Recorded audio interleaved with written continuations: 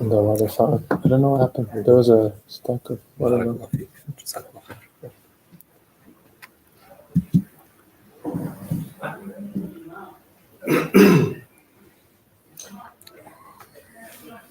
بسم الله الرحمن الرحيم اللهم صل على سيدنا ونبينا مولانا محمد وبارك وسلم. Assalamu alaikum wa rahmatullahi wa barakatuh. MashaAllah, it's good to see everyone here. Alhamdulillah, sisters are welcome to come on this side. Alhamdulillah, I'm very honored and pleased to welcome my very dear friend and brother, Ustadh Firas Alkhateeb. He's one of our faculty members of Darul Iftā College in Glendale Heights, which will now be our new flagship campus, inshallah, Hoffman Estates, very soon. So alhamdulillah, we have 2 college campuses, and we have other locations where we are providing workshops and seminars as we're having tonight. So tonight with Ustadh Firas, mashallah, he just traveled, he just arrived here from Chicago. So alhamdulillah, for youth, mashallah.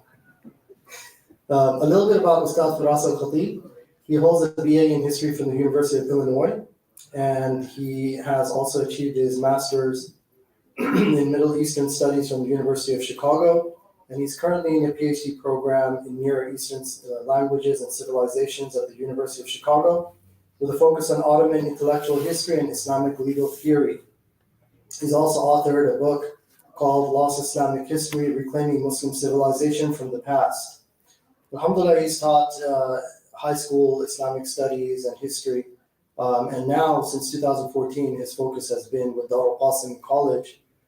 That's around the time he met Sheikh Amin. Is that correct? 2014, mashallah. And ever since he's connected with him, Ustadh Firas says to us he's understood an Islamic framework to understand Islam and history, and also the worldview in the world that we live in today. So, alhamdulillah, a lot of information that he was able to wrap it all up together through the guidance and tutelage of Sheikh Amin, and the inspiration that he received from Sheikh Amin as well, to do a lot of what he's doing today at Darul Iftā College, and likewise for all of our faculty at Darul Iftā and all of us at Darul Iftā, mashallah.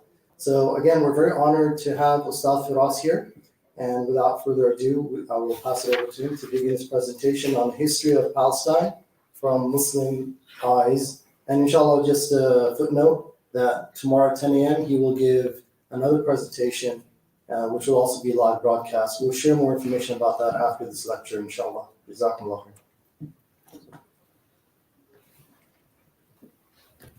أعوذ بالله من الشيطان الرجيم بسم الله الرحمن الرحيم. Do I need to bring this closer?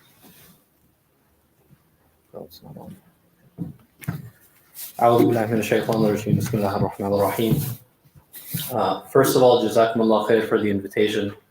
I'm honored to be here every time that I come to Knoxville. MashaAllah, it's just a wonderful experience and a wonderful community that I love to take part in.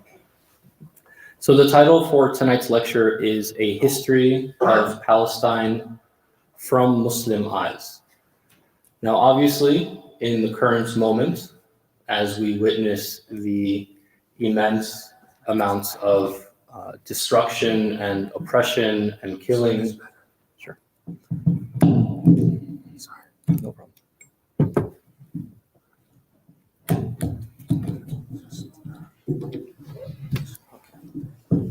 That's good. All right.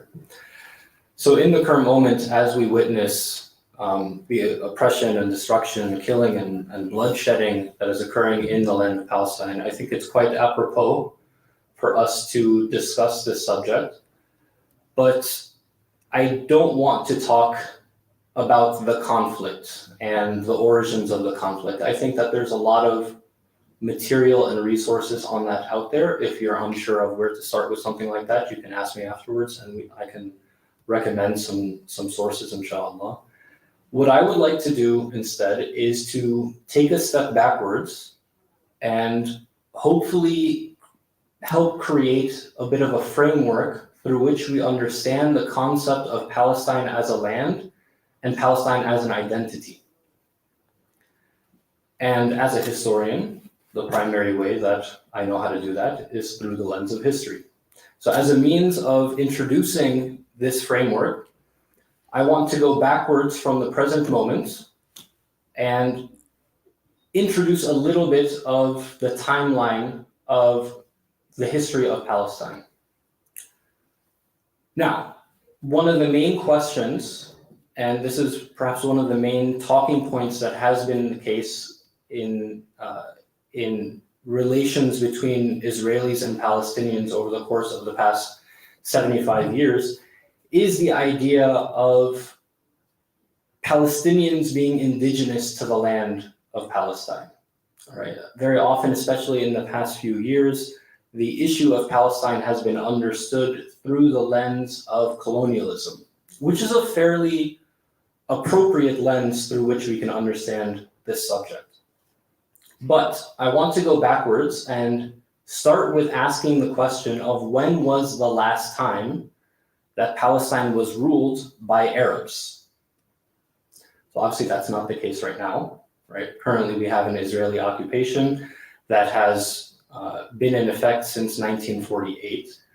What about before 1948? If you're working backwards from the present moment, you would say, okay, well, before 1948, that must have been when there was a Palestinian state, right? That was not the case. And this is actually one of the talking points that Zionists like to use. They say, well, there was no Palestinian state in 1948. We didn't take anything from anyone. What was in effect before 1948? Well, you had a British mandate. The British had, this is in their era of the British Empire, as Britain and France in particular were losing their empires around the world. In the 1940s, Palestine, the land between the river and the sea, was ruled by the British Empire. And they had been there since they had conquered it in the year 1917. So again, we're working backwards and we say, okay, well, before 1917, that must have been when there was an indigenous Arab Palestinian state in the land of Palestine. But working backwards, no. Before 1917, you have the Ottoman Empire, right? The Ottomans had ruled in Palestine pretty much continuously from the year 1517. In the early to mid 1800s, you have a little bit of an interruption of that with the wars between the Ottomans and the Khedive of Egypt. But the Khedive of Egypt also was not Arab, right? Mehmet Ali's dynasty was Albanian in origin. So the Ottomans had been there for 400 years. So it must have been before 1517 that Palestine was ruled by Arabs. Going backwards, once again, we have the Mamluks. The Mamluks were a sultanate that were based in Cairo, in Egypt, but these were also Turks. They were a different brand of Turks, if you will, compared to the Ottoman Turks.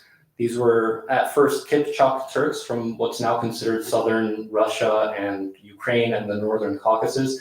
And then at the tail end of the Mamluk Sultanate, they are Circassian Turks. Well, Circassians are not really Turks, but they were considered Turks by a lot of people at that time. So before 1260, that must have been, now we're 800 years ago, that must have been when Arabs ruled over Palestine. Before 1260, you have the Ayyubid Sultanate. This is the dynasty of Salah ad-Din al-Ayyubi, who was a Kurd, right? And this is very much an Arabized sultanate, as is the Mamluks, to be fair. Although their ethnic origin was not Arab, the language of administration and of rule was in Arabic, but they themselves were not Palestinian by any stretch of the imagination. Salah ad-Din himself was born in Iraq, in Tikrit. Before Salah ad-Din, as we know, you have the Crusaders, who are certainly not Arabs. They're certainly not Palestinians. They're not even from the area, right? They were Western Europeans, Latins, mostly people from what we would now consider, what we would now call France. My point in bringing this up is not to say that Palestine is not an Arab land, right? I'm not, a secret Zionist trying to convince us all out of Palestinian self-determination or anything like that. My point here is to illustrate the limitations of a decolonial framework. Again, to be fair, I do believe that a colonialist and decolonial framework has its uses, right? In the past century, we've seen decolonial movements in places like South Africa, Rhodesia, that have been successful in removing the colonial yoke. Palestine is really the last colonial state, or at least the last colonial conflict. America is a colonial state. Canada is a colonial state. Australia is a colonial state. New Zealand is a colonial state. In all those cases, the colonialists won, right? Successfully kicked out the indigenous population and replaced them in a manner to render the indigenous population entirely politically and militarily impotent. That has been the case here. Palestine is the last case where that has not yet happened.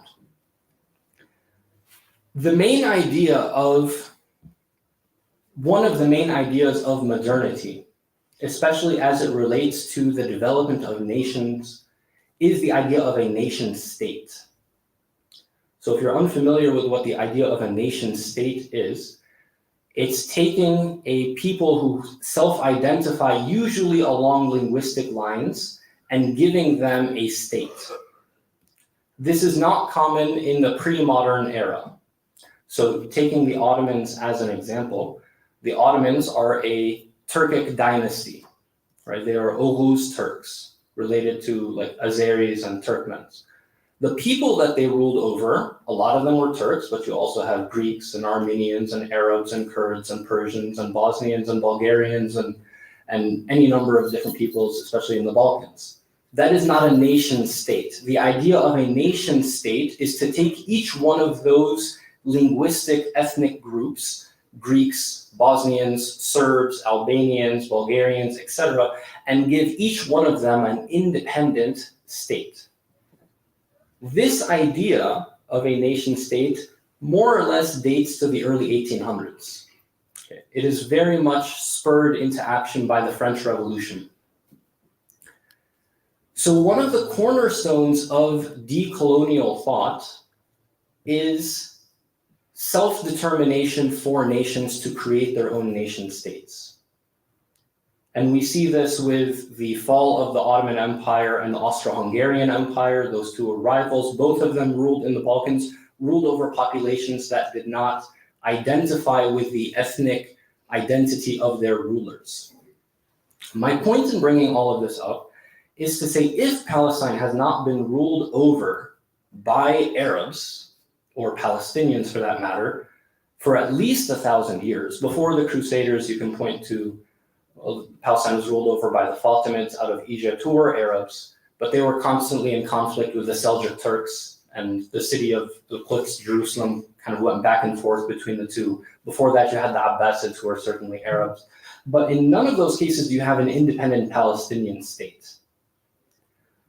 My point is that the lens of the nation state is necessarily limited. You cannot understand Palestinian identity fully through the lens of linguistic and ethnic identity. Unfortunately, this is the primary lens through which we understand the world around us, which is ironic considering the fact that America is not a nation state. Right? It's a state, but it's certainly not a nation considering the fact that we have any number of different ethnic and even linguistic groups within the borders of the United States, so it technically doesn't count as a nation state. If the language of decolonialism and the language of the nation state is insufficient for us to understand the history of Palestine, we have to look for another lens. And that's why the lens that I am proposing is to understand Palestine through the lens of Muslim history and Muslim identity, and specifically what I will focus on today is the idea of Muslim scholarship. Before we start with that, I would like to address the idea of Palestine in terms of its borders. This is an Ottoman era map from the late 1800s of Palestine. The name Palestine is very old, right? If you know anything about the Arabic language, if you study the Arabic language, you know that Arabic words break down into 3-letter roots. What is the 3-letter root for the word Palestine? There's no 3-letter root for the word Palestine because Palestine is not an Arabic word. Similar to, for example, Prophet Ibrahim alayhi salam, his name does not break down into a 3-letter root because he was not an Arab. His name is not Arabic. Right? Many of the prophets, the the prophets before Prophet Muhammad sallallahu alaihi wasallam. Because of the fact that they were not Arabs, they don't have Arabic names, so they don't break down into these three-letter. Name Palestine goes back thousands of years. It probably has something to do with a group of people known as the Philistines, who there's speculation about where they came from and things like that. They might have been Greek immigrants who arrived on the shores of the area around what's now Gaza, I think 3,000 years ago, something like that. But you have to understand that identities and languages and all of this evolves over time. The name Palestine, it really does not matter what the etymological origin of the word is. This land was understood and often called Palestine or Palestine or whatever linguistic variation of that throughout history. So during the Roman era, this was known as Syria Palestina. Right? Syria is the greater province, and then Palestina was this particular area between the river and the sea. What are the exact borders of it? Again, these are things that evolve over time. After the early Muslim conquests of Syria and Iraq and Egypt and North Africa, there was a military district known as Jund Palestine, which was based in the city of Ramla, which, if I can pull up the laser, Ramla is right about here. You guys can see that. Another thing to note also along the lines of changing linguistic identities and names over time, a lot of the names of cities in Palestine are also not originally Arabic. Right? Ramla is, Al-Quds is, right, because we refer to Al-Quds as Bayt al-Maqdis. Jerusalem is Bayt al-Maqdis, this holy place.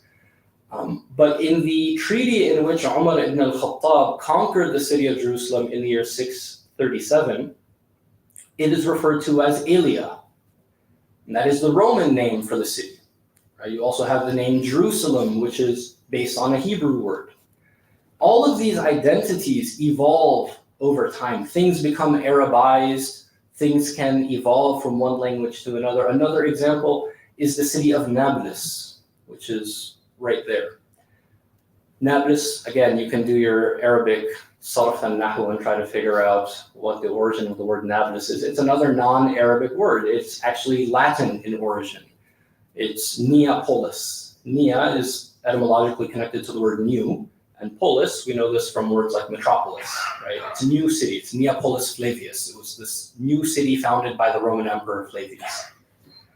Again, the bigger point that I'm trying to emphasize here is not to say that this land is not Arabic, or it's not Palestinian, or it's not Arab. These identities evolved over time. This land did not necessarily have a majority Arabic population upon the Muslim conquest in year 637.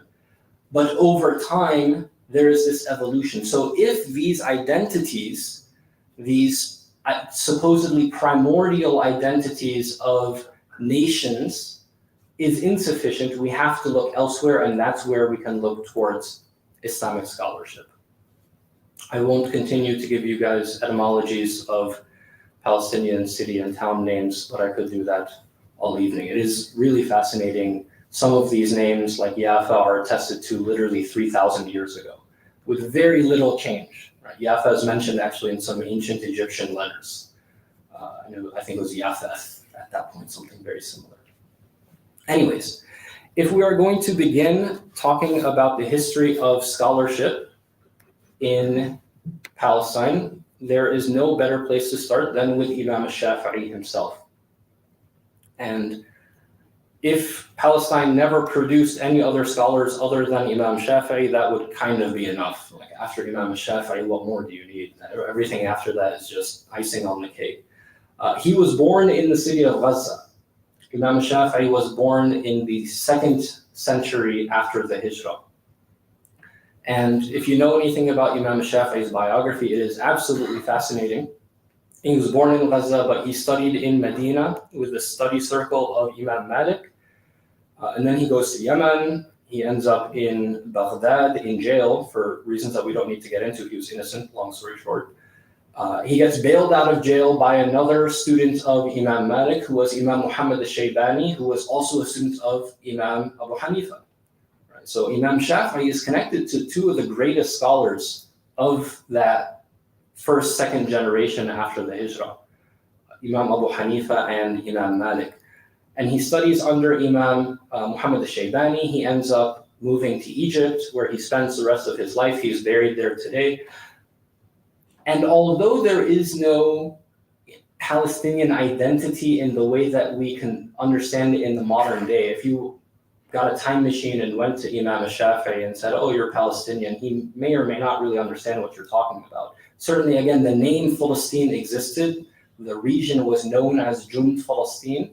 But as I said, identities evolve over time. But we do know that he cared for his homeland very deeply, because we have this poetic couplet that he composed later in his life, after he had traveled through all of these diverse Muslim lands, after he had studied with all of these great scholars, where Gaza in particular is still very clearly on his mind. He says, I long for the land of Gaza, even if my separation from it has concealed his longing. May Allah bless this land, and if I obtained some of its soil, I would anoint my eyes with it due to how much I long for it. Imam Shafi'i, by the way, was known for his poetic abilities. It was said that even Bedouins who were not necessarily interested in the development of usul al-fiqh and the Islamic sciences, this is very kind of ivory tower academic kind of stuff, they would still come and sit in his study circles just because of how eloquent he was. Even if they didn't understand what he was talking about, they just really loved to hear him talk. And this is clearly evidence of this. As I said, if Palestine never produced another scholar afterwards, we're totally fine with Imam al-Shafi'i, but we continue. Moving forward a couple of hundred years, we can talk about somebody by the name of Shams ad-Din al-Maqdisi. One of the necessary realities of studying history is, as you know, the further back you go, the fewer sources we have. So I'm going to focus more on post-classical scholars in a few minutes. We're skipping a couple hundred years here from Imam al-Shafi'i all the way to al-Maqdisi or al-Muqaddasi, as he was sometimes called. But that's just due to the relative paucity of sources that we have here. Al-Maqdisi, as you can tell from his name, he is from Bayt al-Maqdis. He is Qudsi. He is from Jerusalem itself. And he writes a travelogue. And it's a very interesting document.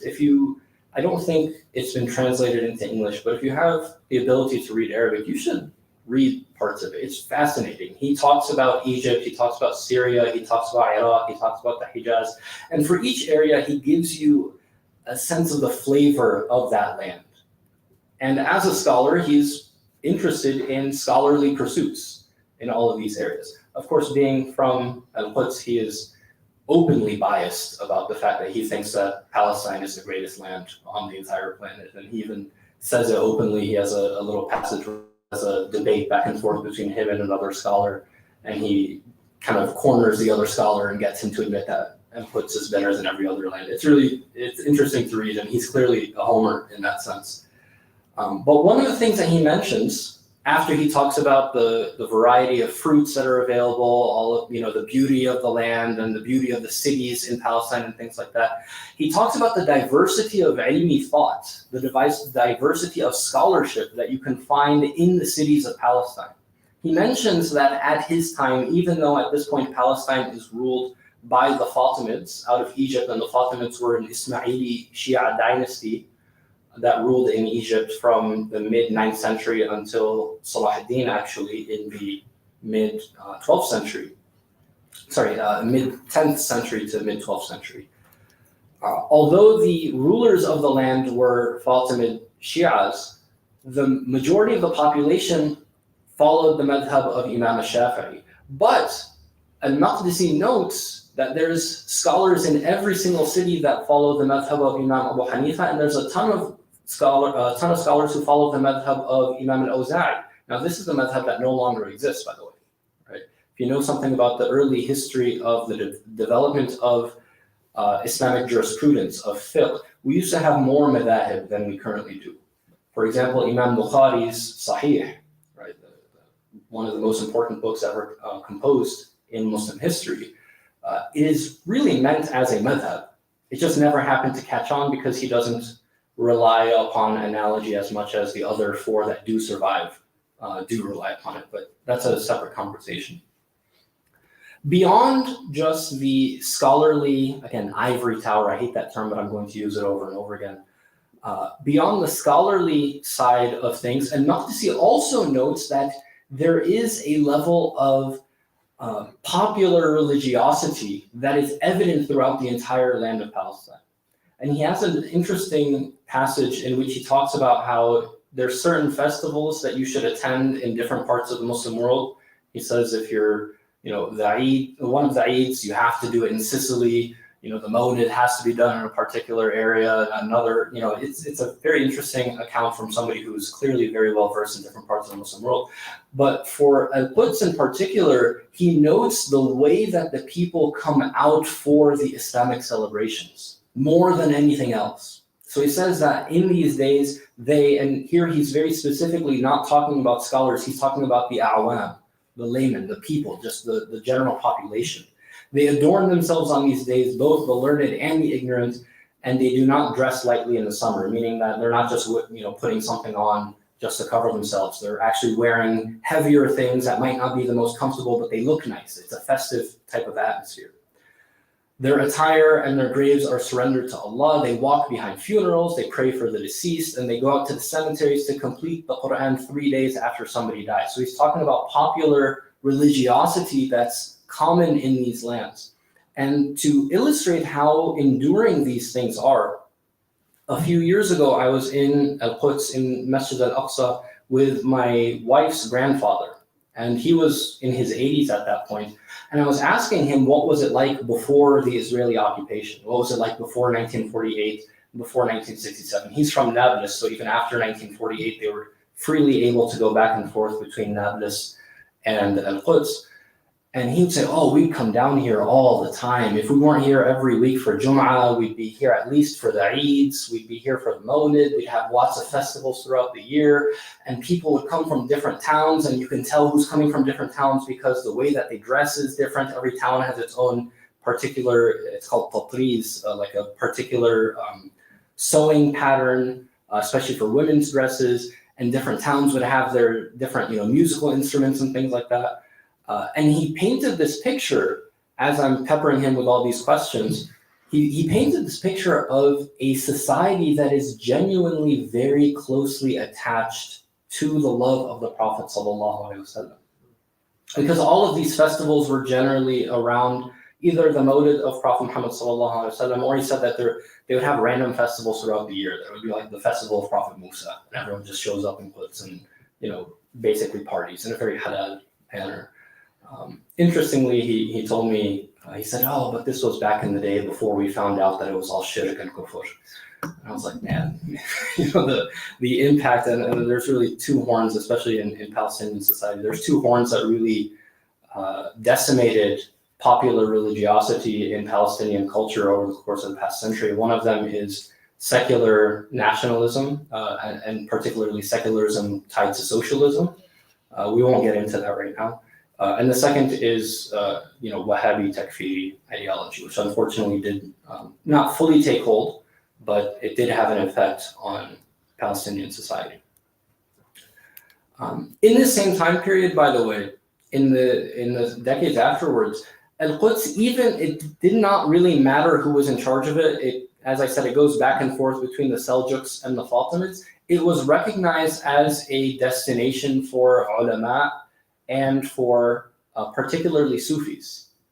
And the most emblematic example of this is Imam al-Ghazali, who, if you study Imam al-Ghazali's biography, he was the teacher in the Nizamiya Madrasa in Baghdad. This is basically like the Harvard of its time, or the Darul Qasim of its time, if you will. Maybe a little bit of Homer in that sense.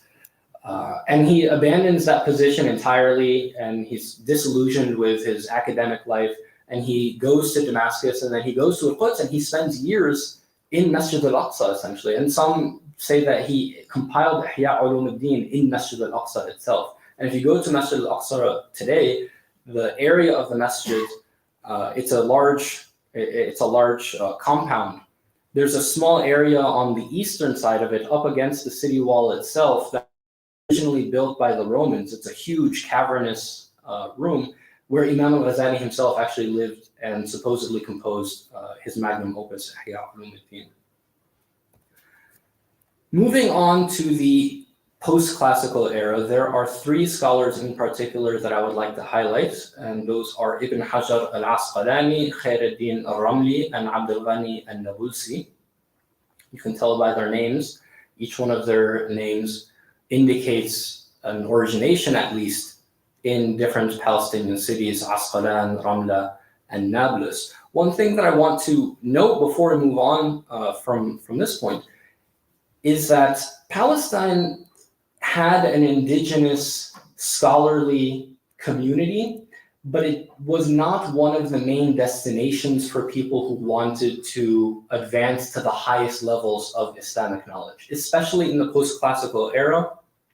If you were, the cream of the crop in your madrasa, in your Islamic religious education, you either went to Cairo to go study at Al-Azhar, or you went to Damascus to study at any of the numerous madaris that are there, particularly the madaris that were founded by Imad ad-Din and Nuruddin Zangi, who Nuruddin was the ruler over Salah ad-Din. Or you would go to Istanbul. Istanbul, after the 15th, 16th century in particular, really emerges as the center of Islamic knowledge in the world. Palestine never reached those levels. It had madaris. If you go to Masjid al-Aqsa, again, on the opposite side of the compound from where Imam al-Ghazali lived, you have an entire wall, and stretches for about like a quarter mile, of various madaris. Unfortunately, most of them are no longer in operation. We'll talk about why that is at the end. But you do have an indigenous scholarly community. And when you would graduate from that local scholarly community, you would go and study somewhere else like Al-Azhar. Ibn Hajar al-Asqalani, for example, is an Azhari scholar, and he is perhaps best known for writing, certainly probably the longest, but the most important commentary on Imam Bukhari's Sahih al-Bukhari, known as Fath al-Bari. Moving from him, though, I want to talk in particular about Khairuddin al-Ramli. So this is a scholar who lives in the Ottoman era.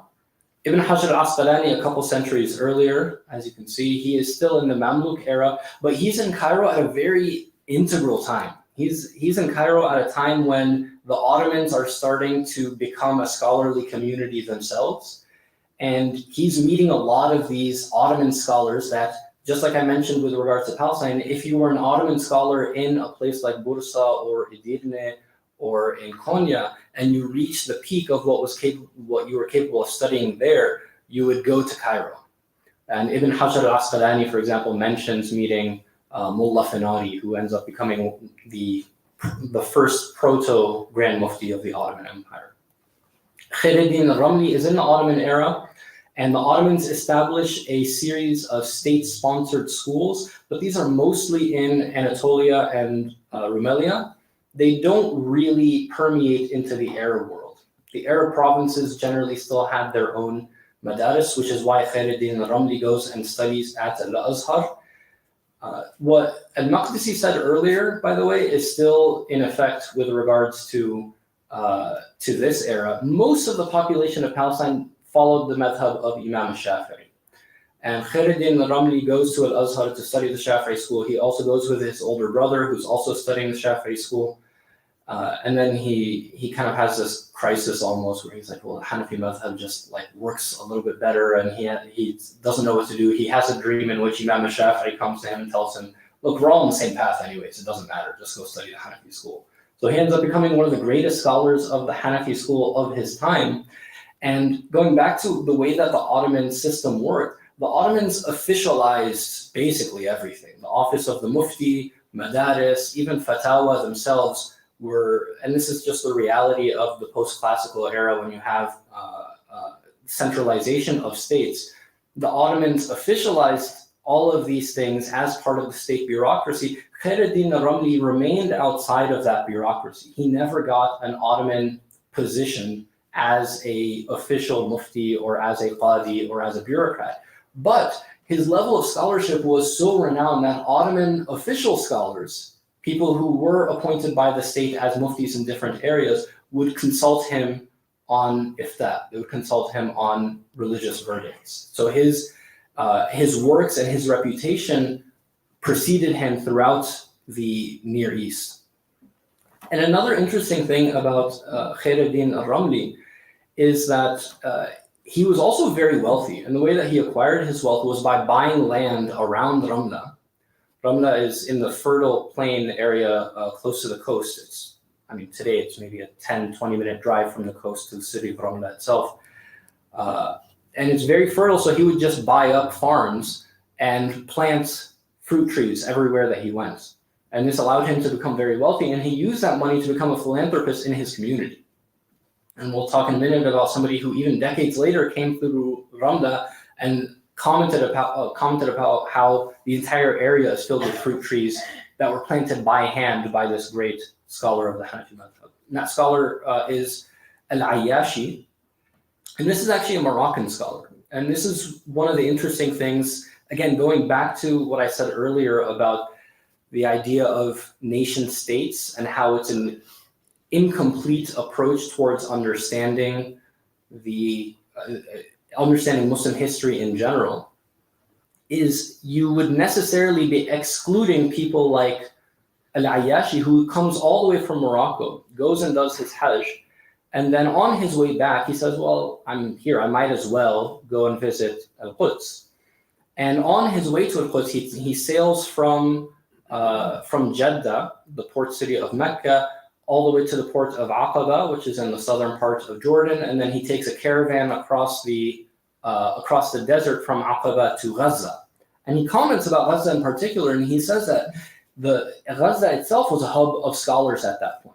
And he notes, by the way, that the birthplace of Imam Shafi'i, out of respect for Imam Shafi'i, was still kind of kept and preserved in that area. And people went and visited it just because of recognizing who Imam Shafi'i was. But this account that Al-Ayyashi gives is fascinating, because what he does from Gaza, after he meets all of the scholars of that city, he gets letters from those scholars basically saying, hey, I know this guy, Al-Ayyashi, he's legit.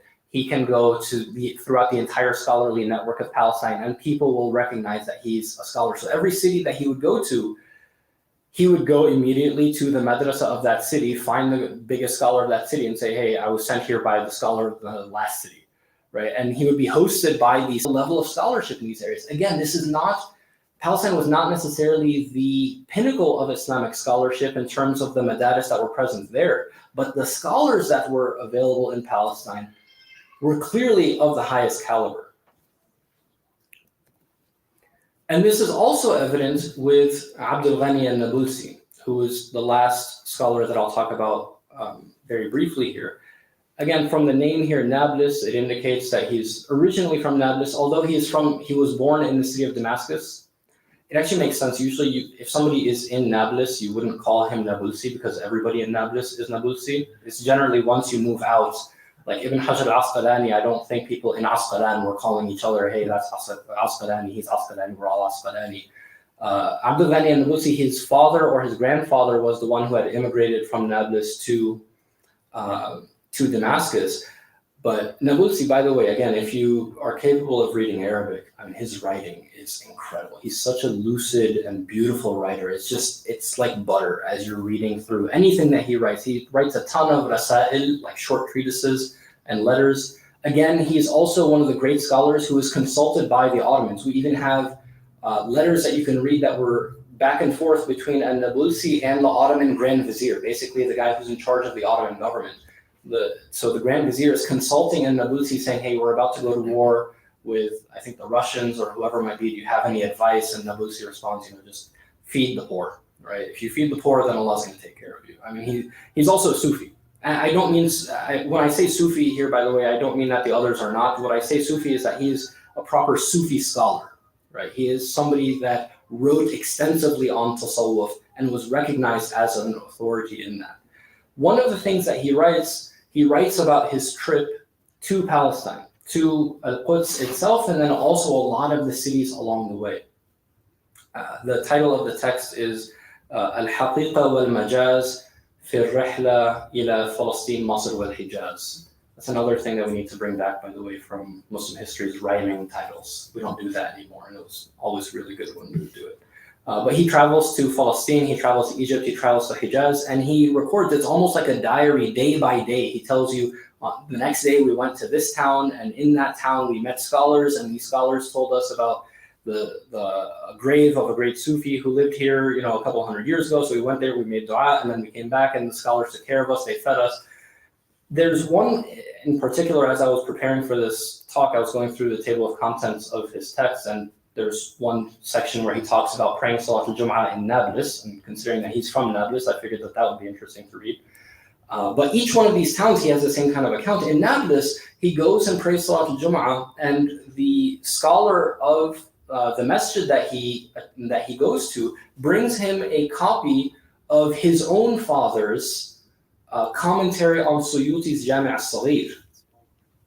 And to indicate the level of scholarship here again, this was a commentary on Suyuti's Jami' al-Saghir that, as far as I know, is not printed or published or available anywhere. It was basically just a local scholar who said, I'm going to write this commentary. And Nablusi even comments about how it's fascinating the way that this commentary brings together two other commentaries, and depending on which angle you look at it from, you take two totally different approaches from this. I mean, this is high-level scholarship, but Nablus, if you know anything about the history of Nablus, it's basically a manufacturing town. Even today, I mean, Nablus is known mostly for three things. Soap production, really, really good olive oil soap. Cheese production, Nablusi cheese is excellent. And kanafa, right? Kanafa, which is objectively the best dessert ever created. It's not necessarily a scholarly town. And yet in this supposedly industrial town, the local scholars are still producing great works of Islamic scholarship. Right? This is just a taste of what is available in the land of Palestine throughout this time. And you can take Nablusi's account, you can take Ayashi's account, you can take a look at what Maqdisi says. I'm just giving you guys a couple snippets here of the scholarship. Now, in the interest of time, let's fast forward a little bit to the modern era and talk about what happened. Obviously, again, the modern conflict and occupation by the Zionist project has decimated Palestinian society in a lot of different ways. Islamic education obviously still exists in Palestine. You still will find scholars in these cities and towns. All right, let's get that out of the way. Unfortunately, the institutions that produced a lot of scholarship in the past primarily, firstly, were decimated by the British. The British, who, as I mentioned earlier, occupied Palestine after World War I from 1917. They conquered it in 1916, 1917 from the Ottomans, and they remained there until their empire started to fall apart in general in the 1940s. Basically, immediately after the British occupation of Palestine, they completely sidelined all Palestinian civil society. And you can read, for example, Rashid Khalidi's book, The 100 Years' War on Palestine. It's really excellent. It's a fascinating text. And he talks in the first couple chapters about for example, the Balfour Declaration, in which the British promised Palestine to the Zionist project, literally does not even mention the word Palestine. It mentions the word Palestine, but it doesn't mention Palestinians at all. It refers to them as the non-Jewish population, right, who were 96% of the population. The League of Nations mandate in 1922 also doesn't mention them. This is just to indicate that when the British came in, immediately the entire focus of the economy, the entire focus of political life, all of that was focused on Jewish immigration, meaning that the local Palestinian institutions, which are now necessarily, the entire Muslim world was divided up. Egypt was occupied also by the British, but was occupied as a separate province. Syria was occupied by the French, as was Lebanon. Iraq was occupied by the British, but as a different province. So by cutting up the Muslim world in this way, they were able to separate Muslim scholars from their own institutions and then to focus the economy and civil society on the Jewish immigration that prevented the development and continued prosperity of the local madaris. On top of this, you also have the rise of nationalism and secularism. And this actually predates the British, right? Going to the late 1800s, as I mentioned at the beginning of the talk, you have this growth of secular nation states as an idea, which goes primarily back to the French Revolution. This idea had infected the Ottoman Empire. Obviously, we know about the Arab Revolt, which occurred in World War I. The Arab Revolt, which, by the way, is very misleadingly named. To refer to it as an Arab revolt indicates that this is something that all the Arabs did. All the Arabs revolted against the Ottoman Empire, and that certainly was not the case. If anything, it should just be called the Hashimi Revolt, because it was Sharif Hussein, and really more so his son. He was the governor of Mecca under the Ottomans. His son Faisal is the one who negotiates with the British to get money and weapons to revolt against the Ottomans. This really had nothing to do, by the way, with the Palestinians, right? The Arab Revolt has nothing to do with local. If anything, you have scholars, again, going back to the local native scholarship, you have Yusuf al-Nabhani, right, who's one of the last great scholars of Palestine, who was a fierce defender of the Ottoman Empire, and he was a native Palestinian. He ends up dying in Beirut in 1932, before Israel is even created. But the rise of nationalism and what's associated with this, and if you study the history of the nation state, one of the most important things that you can do if you're establishing a nation state is to control the educational system. So to give you guys an example, going back to the French, on the eve of the French Revolution, if you even just took a look at the linguistic diversity of France, right? Again, build a time machine, go back to France, go back to Paris in the year 1800. If you speak French today, you'd probably do pretty well getting along in Paris in the year 1800. But if you left Paris and traveled south or anywhere outside of Paris, the further you went, the harder it would be for you to communicate with locals, because languages are not absolute. There's a diversity of dialects and a gradient of languages. And this was a problem for the French. This was a problem for the Germans as they're establishing their state. It's especially a problem for the Italians. Italian as a language does not really exist 200 years ago. You've got various dialects like Venetian and Sicilian and et cetera, et cetera.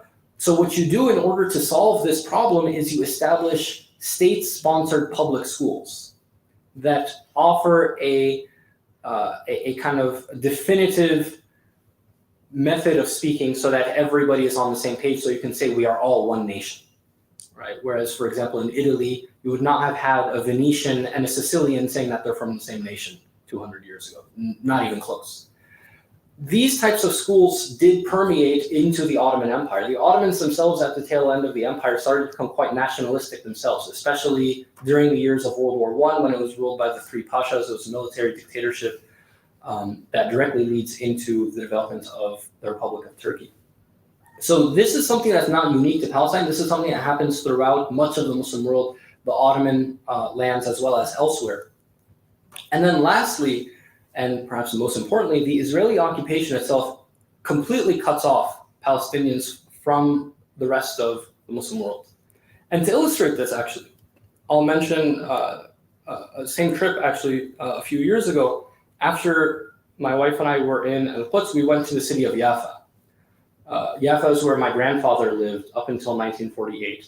And there's still a couple of masajid that are around. So what happened in 1948 is the vast majority of the Palestinian population, who are majority Muslim, but also there are some Christians as well, were exiled from their homes, right? So in April and May of 1948, you have about 700,000 Palestinians who are immediately made refugees. There were some that remained in cities such as Jaffa, particularly in the city of Akka and the city of Al-Nasirah, Nazareth in the north. And I went to this masjid that was in my grandfather's neighborhood, and I prayed Salat al-Dhuhr, and then the masjid was completely empty, and I didn't expect that there would be a lot of people there anyways. But afterwards, somebody came up to me, and he said, what are you doing here? There's nobody that comes to this masjid. He was surprised to see anyone there. Apparently, he was from one of the families that had remained in Jaffa, and I was shocked by this. And his job was basically to take care of the masjid. He has no other job. Nobody else is there taking care of the masjid. The Muslim community is decimated. And because of the fact that his family remained, they had to become Israeli citizens. And the reality of diplomatic relations is that if you're an Israeli citizen, you really can't go to most of the Muslim world. Unless if, countries like Jordan and Egypt, you can because they have diplomatic relations. A couple of years ago, a few more countries also opened diplomatic relations with Israel. But I was talking to this man, and he was telling me that he personally feels very isolated. He said, I've been all over Europe. I've been to America numerous times. I can't go to Hajj. I can't go to Umrah. I can't go to most of the Muslim world.